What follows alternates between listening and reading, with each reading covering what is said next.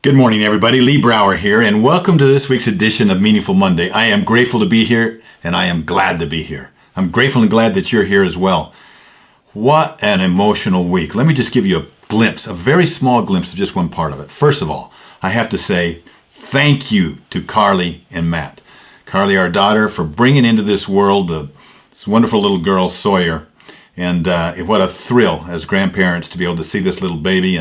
And Lori's there loving her. I get to love her through FaceTime. But, what a blessing that is. Well, we're not done yet. We have another little girl, Sloan, who's due in a few months. And Natalie and Dixon have been working hard, and this little baby's been working hard, and has already created an amazing impact in our family, very positive, and generated a lot of love. And so we're looking for being able to spend some time with her in person. And so we're looking forward to that date as well. You know, I've often said, and you've probably heard me say before, that gratitude unexpressed is ingratitude perceived. Think about it. Gratitude unexpressed is ingratitude perceived. Now, I want to make sure one thing, that if I haven't expressed gratitude to each one of you for who you are, for your support, your love, and for being part of our extended family, I want to let you know right now how grateful I am for you. I don't want you to think for 1 second that I'm ungrateful. So I'll make sure I get that out of the way. You know, but there's also a saying that talks about gratitude expressed, or gratitude unexpectedly expressed is the gratitude that's loved the most. And so we express gratitude in so many ways. We can do it verbally, but that unexpected, when you say thank you to somebody unexpectedly, or it could come in many other forms, simply by smiling at somebody or doing something like that. But let me share a story about Zerine. Zerine was the maid. We were at an all-inclusive resort last week, and at the week before last, in the very beginning of this last week. And Zerine was always happy. She was always gracious. And as a result of it, we were happy and gracious for her, and so we knew who she was because she was just so outgoing. Well, after we checked out, and we were at the airport, we get a call from the hotel, and they asked if I had left any money in the room.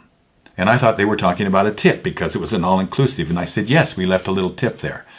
And they said, no, this would be a little bit more than a little tip. And I said, I really don't know, and there's no way for me to find out. And then as I got thinking about it, I started going back in my mind. And we'd taken a trip the day before, and I had taken my driver's license and passport, photocopied them, and taken the photocopies, folded them up, and put them with $150 and put them in my back pocket because I didn't want to carry my wallet with me. And sure enough, as I thought about it, I recalled that I had probably left that by the TV just sitting there, thinking it was trash. Now, I would not have found that till I got home. And certainly, it would have been, calling them up and saying I left some cash in the room probably would have been, in most cases, I wouldn't have expected that they would have said, oh, we found some cash.